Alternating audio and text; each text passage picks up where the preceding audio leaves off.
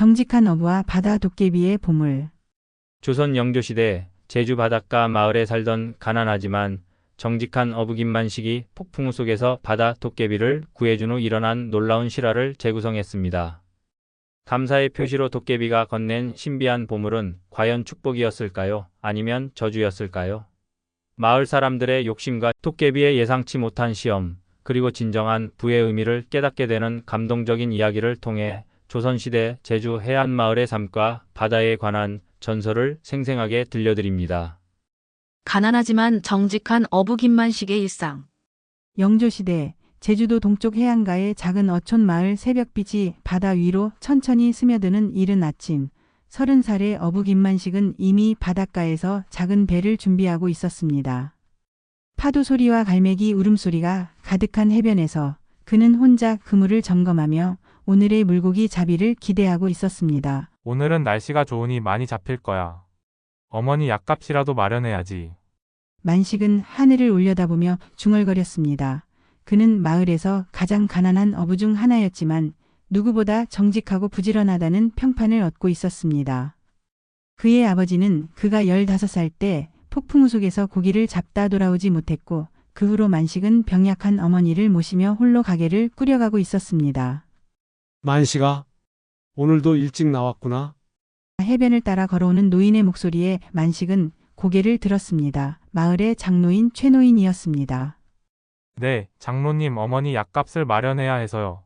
요즘 고기가 잘 안 잡혀서 걱정입니다. 최노인은 만식의 어깨를 토닥이며 위로했습니다. 내 정성이면 바다가 반드시 응답할 것이다. 그러나 오늘은 바람이 좀 이상하구나. 너무 멀리 나가지 말거라. 최노인의 말에 만식은 잠시 바다를 바라보았습니다. 파도는 잔잔했지만 바다 멀리에는 검은 구름이 조금씩 모이고 있었습니다. 걱정 마세요. 해안가에만 머물면서 조심히 물고기를 잡겠습니다. 최노인이 떠난 후 만식은 작은 배에 그물과 도구들을 실었습니다. 그때 멀리서 또 다른 목소리가 들려왔습니다. 오빠, 잠깐만요. 만식의 여동생 순이가 숨을 헐떡이며 달려왔습니다. 16살인 순이는 마을에서 해녀 일을 돕고 있었습니다. 어머니가 걱정하셔서 이것 챙겨주라고 하셨어요. 순이의 손에는 작은 보자기에 싼 주먹밥이 들려 있었습니다. 만식은 미소를 지으며 받아들었습니다. 고맙다. 어머니께 걱정 말라고 전해드려. 해가 지기 전에 돌아올 테니. 순이는 걱정스러운 표정으로 바다를 바라보았습니다. 오빠, 나도 최노인 말씀 들었어요. 오늘은 날씨가 안 좋을 것 같아요. 제발 조심하세요. 만식은 여동생의 머리를 쓰다듬었습니다. 그래, 약속하마. 해안가에서만 물고기를 잡을게. 순이가 떠난 후 만식은 배에 올라 노를 저어 바다로 나아갔습니다. 아침 해가 완전히 떠오르자 바다는 황금빛으로 빛났지만 수평선 저 멀리에는 여전히 검은 구름이 서서히 다가오고 있었습니다. 해안가에서 그물을 던지기를 몇 시간, 만식은 소득이 거의 없다는 사실에 실망했습니다. 작은 물고기 몇 마리가 전부였습니다. 점심으로 순이가 싸준 주먹밥을 먹으며 그는 고민에 빠졌습니다. 이대로는 어머니 약값도 마련할 수 없겠군. 만식은 멀리 바다를 바라보았습니다. 검은 구름은 더욱 가까워졌지만 그곳 너머로 숨어있는 물고기 떼가 있을 것만 같았습니다. 위험을 감수하고 조금 더 나아갈지 안전하게 돌아갈지 고민하던 그때 갑자기 한 무리의 갈매기가 바다 한가운데로 몰려드는 것이 보였습니다. 저기 물고기 떼가 있는 게 분명해. 만식은 결심을 내리고 노를 저어 바다 깊숙이 나아갔습니다. 갈매기들이 날아다니는 그곳에 도착해 그물을 던졌을 때 예상대로 그물은 순식간에 물고기로 가득 찼습니다. 이 정도면 어머니 약값은 물론 한동안 끼니 걱정은 없겠는걸. 기쁨에 찬 만식이 그물을 끌어올리려는 순간 갑자기 하늘이 어두워졌습니다. 검은 구름이 해를 완전히 가린 것입니다. 바람이 거세게 불기 시작했고 잔잔했던 바다가 순식간에 시작했습니다. 이런 서둘러 돌아가야겠어. 만식은 급히 그물을 거두려 했지만 파도가 점점 높아져 작은 배는 심하게 흔들렸습니다. 폭풍우가 다가오고 있었습니다. 폭풍우 속 바다 도깨비와의 만남. 하늘에서는 번개가 번쩍이고 천둥 소리가 울려 퍼졌습니다. 파도는 점점 더 거세졌고 만식의 작은 배는 마치 종이배처럼 파도 위에서 흔들렸습니다. 만식은 필사적으로 노를 저어 해안가로 돌아가려 했지만 바다의 힘은 너무나 강했습니다. 제발 살려주십시오. 만식은 하늘을 향해 절박하게 기도했습니다. 그의 아버지처럼 바다에서 목숨을 잃을지도 모른다는 두려움이 엄습했습니다. 순간 커다란 파도가 배를 덮쳤고 만식은 거의 배에서 떨어질 뻔했습니다. 어머니. 순이 미안하다. 절망 속에서도 만식은 노를 놓지 않았습니다. 그때 갑자기 바다 한가운데서 붉은 빛이 번쩍였습니다. 처음에는 번개의 반사광인 줄 알았지만 그 빛은 점점 더 강해지더니 물 위로 솟아오르기 시작했습니다. 저게 뭐지? 물 속에서 솟아오른 것은 사람의 형상이었습니다. 하지만 분명히 사람은 아니었습니다. 붉은 피부에 이상하게 빛나는 눈, 그리고 머리에는 작은 뿔 같은 것이 있었습니다. 만식은 공포에 떨며 뒤로 물러섰지만 작은 배 위에서는 달아날 곳이 없었습니다. 그 순간 또 다른 큰 파도가 배를 덮쳤고 놀랍게도 그 붉은 존재는 파도를 손으로 가르며 만식의 배 쪽으로 다가왔습니다. 만식이 공포에 질려 눈을 감았을 때 갑자기 배가 안정을 찾았습니다. 조심스럽게 눈을 떠보니 붉은 존재가 배 앞에 서서 양손으로 파도를 막고 있었습니다. 사람이십니까? 만식이 떨리는 목소리로 물었습니다. 존재는 천천히 고개를 돌려 만식을 바라보았습니다. 그 눈빛은 두려움보다는 깊은 슬픔을 담고 있었습니다. 도와주시오. 제발. 놀랍게도 그 존재는 조선말로 말했습니다. 음성은 마치 물속에서 들려오는 것처럼 웅웅거렸지만 분명히 도움을 청하고 있었습니다. 어떻게 도와드릴까요?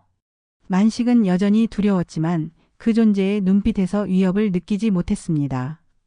그때 붉은 존재의 몸에서 피가 흘러내리는 것이 보였습니다. 옆구리에 커다란 상처가 있었고 그 상처에서 붉은 빛이 새어나오고 있었습니다. 조심하십시오. 만식이 외치기도 전에 또 다른 거대한 파도가 그들을 덮쳤습니다. 이번에는 붉은 존재도 파도의 힘을 막아내지 못했고 만식과 함께 바다에 휩쓸렸습니다. 물속에서 만식은 본능적으로 그 존재의 팔을 잡았습니다. 놀랍게도 잡은 순간 그의 주변으로 붉은 빛이 퍼져나가면서 물의 압력이 약해지는 것을 느꼈습니다. 힘을 내어 수면 위로 올라온 만식은 필사적으로 뒤집힌 배를 붙잡았습니다. 괜찮으십니까? 제발 정신 차리세요. 만식은 의식을 잃어가는 붉은 존재를 배 위로 끌어올렸습니다. 가까이서 보니 그것은 분명 도깨비의 모습이었습니다. 조선의 민간 설화에 나오는 것과는 달랐지만 그 특이한 모습은 분명 인간이 아닌 존재였습니다. 바다 도깨비?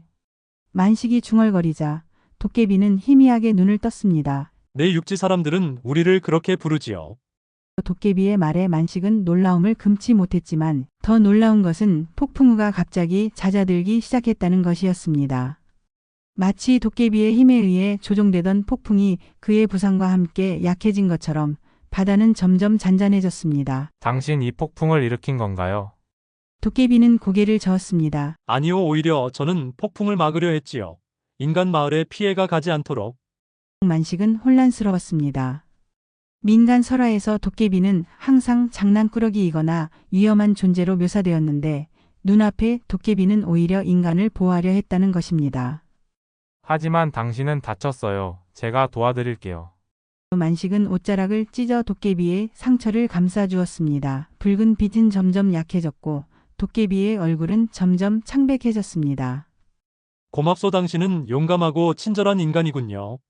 도깨비의 목소리가 점점 약해졌습니다. 만식은 걱정스러운 마음으로 뒤집힌 배를 바로 세우기 위해 노력했습니다.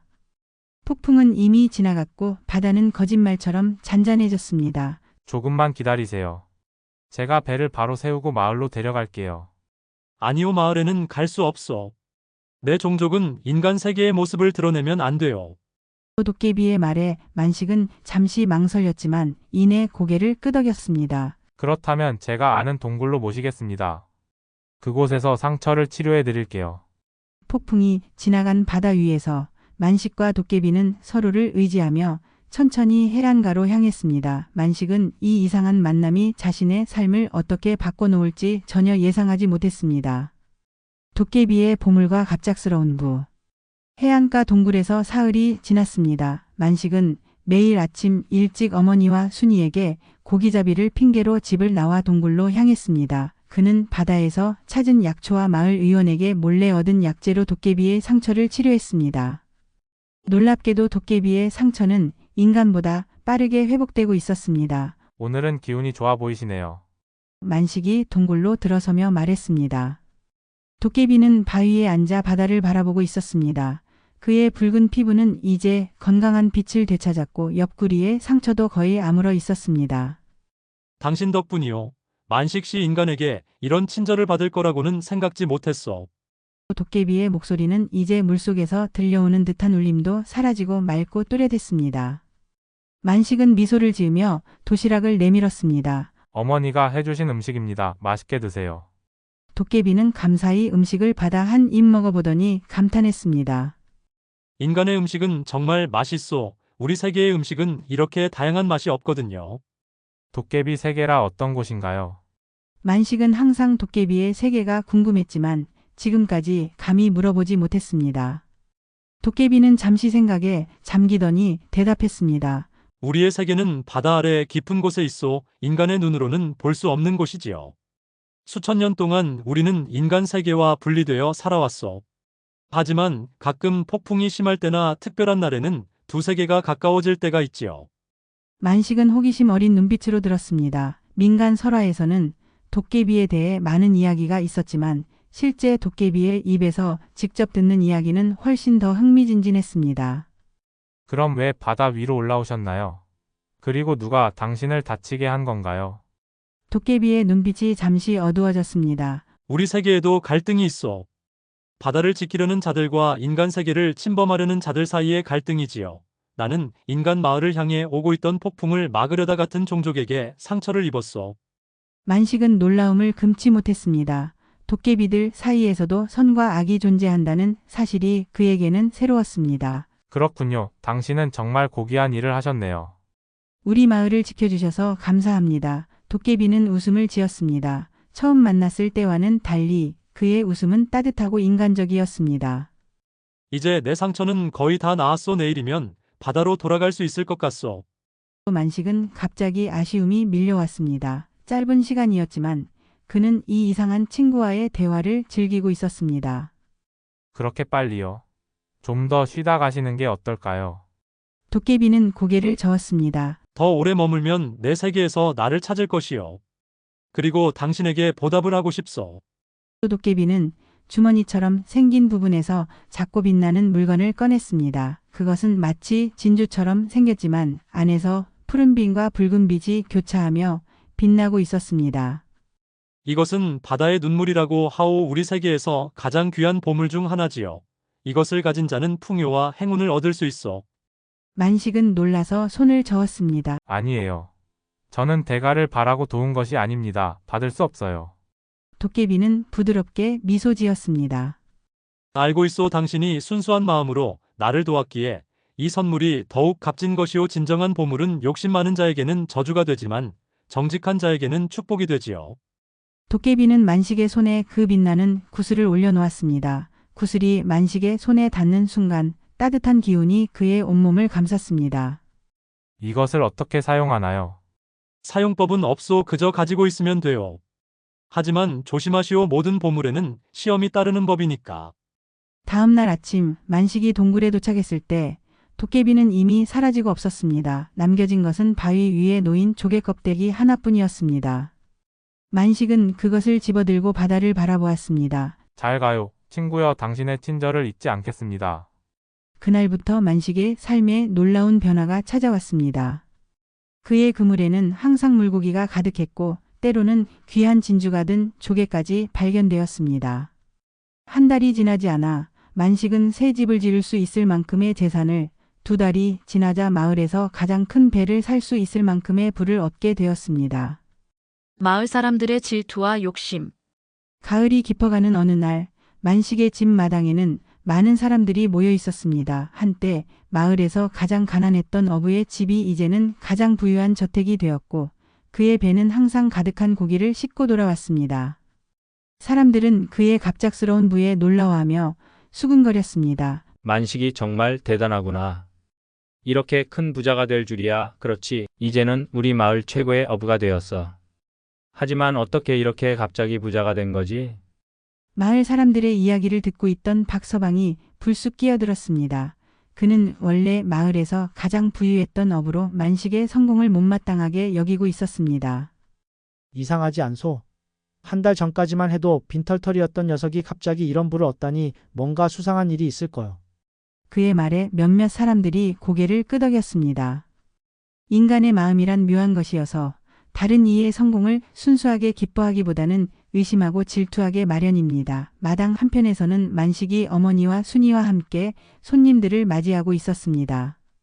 그의 어머니는 이제 좋은 약을 먹을 수 있게 되어 건강을 많이 회복했고 순이도 더 이상 해녀 일을 돕지 않아도 되었습니다.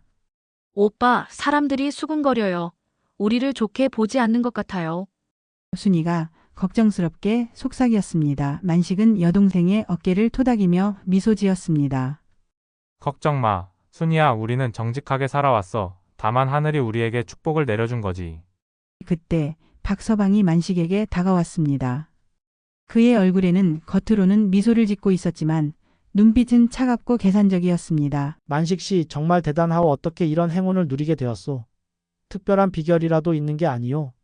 만식은 잠시 망설였습니다. 도깨비와의 만남은 아무에게도 말하지 않았습니다. 그것은 자신만의 비밀이자 도깨비 세계를 지키기 위한 약속이었습니다. 특별한 비결은 없습니다. 그저 매일 성실하게 바다에 나가 고기를 잡을 뿐이에요. 박서방은 만족스럽지 않은 표정을 지었습니다. 그렇게 말하지 말고 우리에게도 알려주시오. 우리도 만식 씨처럼 성공하고 싶소. 만식이 대답하기 전에 장터에서 물건을 팔던 한 상인이 급히 뛰어왔습니다. 만식 씨, 큰일 났습니다. 당신의 배가 불이 났어요. 모두가 놀라서 바닷가로 달려갔습니다. 정박해 있던 만식의 세 배에서 연기가 피어오르고 있었습니다. 다행히 마을 사람들의 도움으로 불은 빨리 꺼졌지만 배는 상당한 손상을 입었습니다. 누가 이런 짓을 했을까요? 순이가 눈물을 글썽이며 물었습니다. 만식은 주변을 둘러보았고 박서방의 차가운 시선과 마주쳤습니다. 그는 아무 말도 하지 않았지만 그 눈빛에는 무언가 알고 있다는 듯한 표정이 역력했습니다.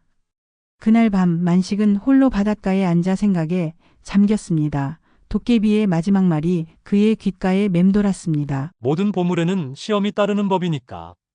그는 주머니에서 바다의 눈물을 꺼내 바라보았습니다.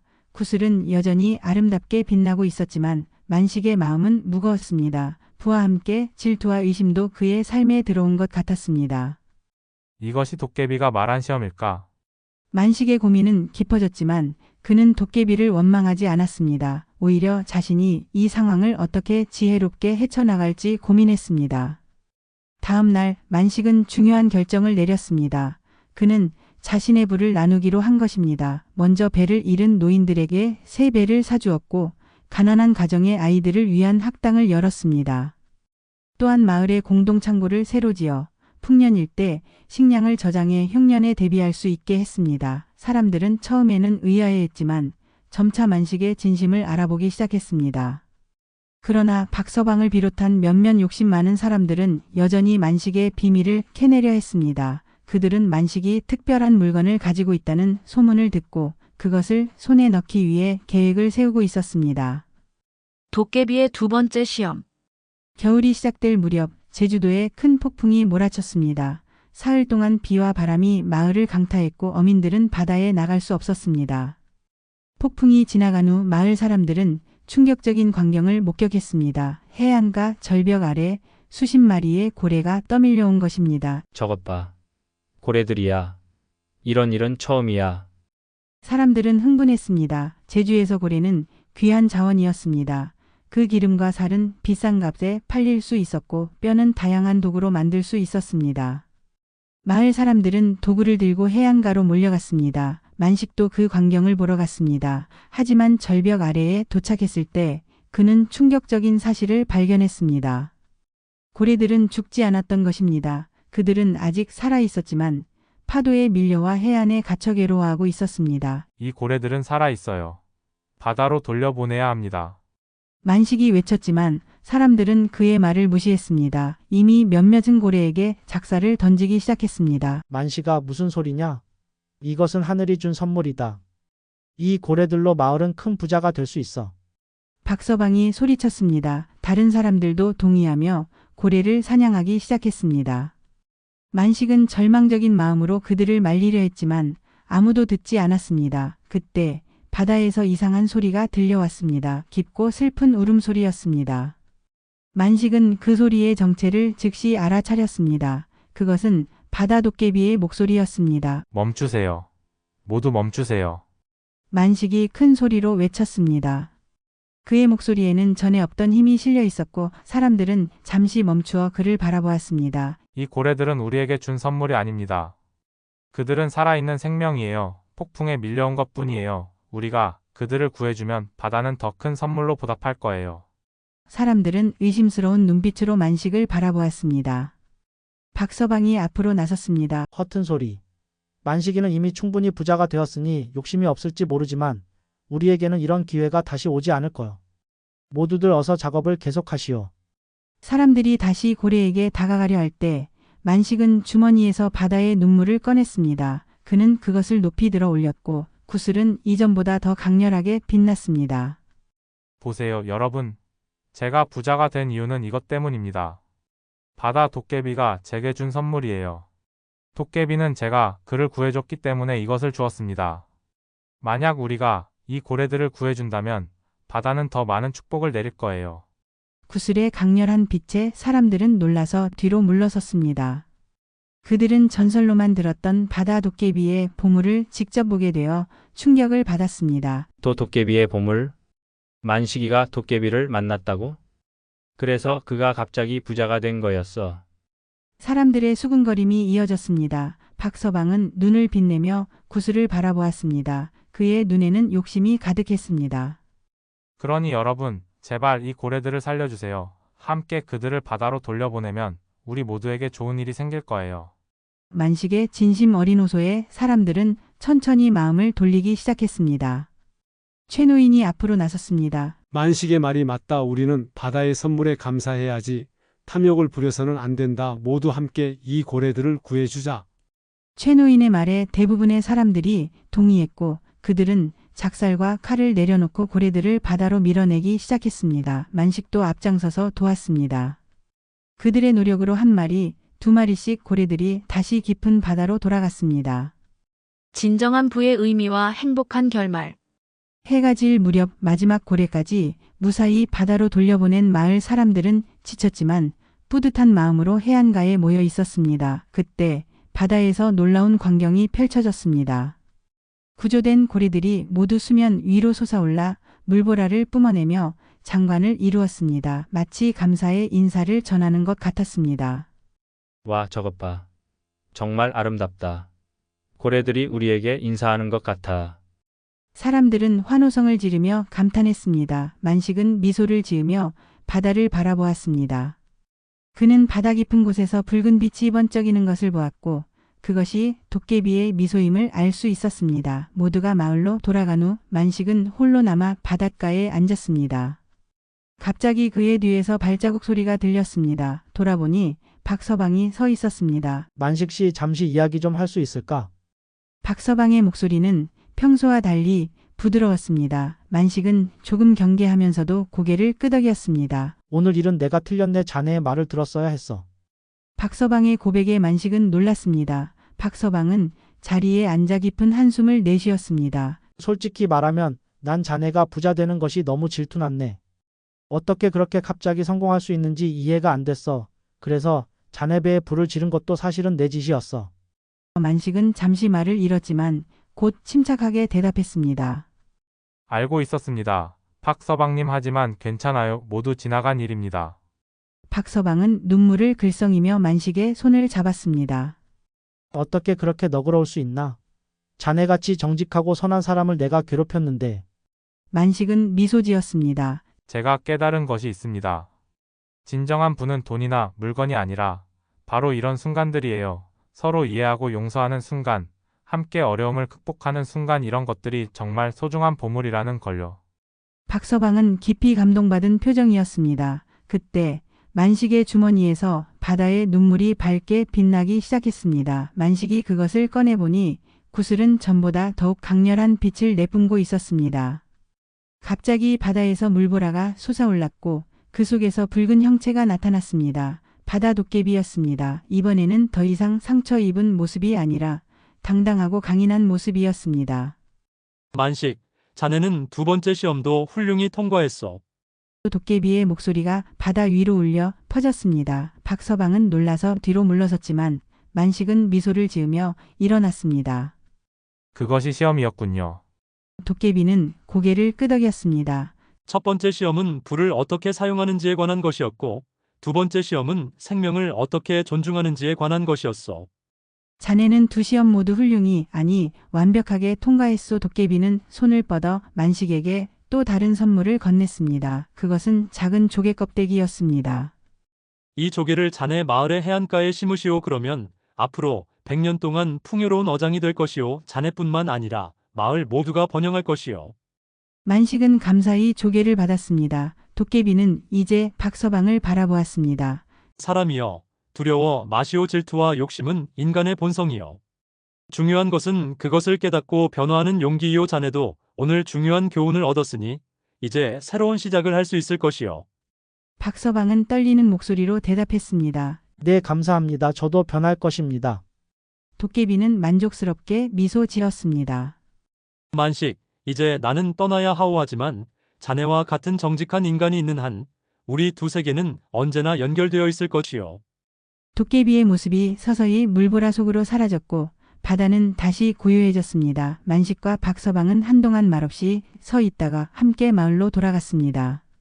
다음 날 만식은 도깨비가 준 조개를 마을 앞바다에 심었습니다. 놀랍게도 그 주변으로 맑고 깨끗한 물결이 퍼져나갔고 그해 제주도는 역사상 가장 풍요로운 어획량을 기록했습니다. 세월이 흘러 만식은 마을에 존경받는 어른이 되었고 그의 이야기는 대대로 전해지게 되었습니다. 사람들은 그를 도깨비 친구라고 불렀고 매년 첫 고기잡이 날에는 바다 도깨비에게 감사의 제사를 지냈습니다. 만식이 노년에 이르렀을 때 어느 폭풍우 치는 밤 그는 마지막으로 바닷가에 나갔습니다. 그리고 그곳에서 오래된 친구와 다시 만나 이야기를 나누었다고 합니다. 그날 밤 이후 만식의 모습은 다시 볼 수 없었지만 사람들은 그가 바다 도깨비의 세계로 초대받아 떠났다고 믿었습니다. 그 후로도 제주도 해안에서는 가끔 폭풍우가 지나간 뒤 바다에서 붉은 빛이 번쩍이는 것을 볼 수 있었고 사람들은 그것이 만식과 도깨비가 서로 인사를 나누는 모습이라고 말했습니다. 여러분, 오늘은 정직한 어부와 바다 도깨비의 보물 이야기를 들려드렸습니다. 이 이야기는 제주도에 전해 내려오는 실제 설화를 바탕으로 재구성한 것입니다. 진정한 불안 무엇일까요? 금은 보화일까요? 아니면 주변 사람들과 나누는 따뜻한 마음일까요? 김만식처럼 정직함과 선한 마음을 지키는 것이 결국 가장 큰 보물이 되는 법입니다. 다음 편에서는 임진왜란 때 나타난 백발 노인의 예언에 관한 이야기를 준비하고 있으니 많은 기대 부탁드립니다. 구독과 좋아요로 응원해 주시고 여러분이 알고 계신 다른 조선시대 전설이 있다면 댓글로 알려주세요. 오늘도 시청해 주셔서 감사합니다. 여러분의 바다에도 언제나 풍요와 행운이 가득하길 바랍니다.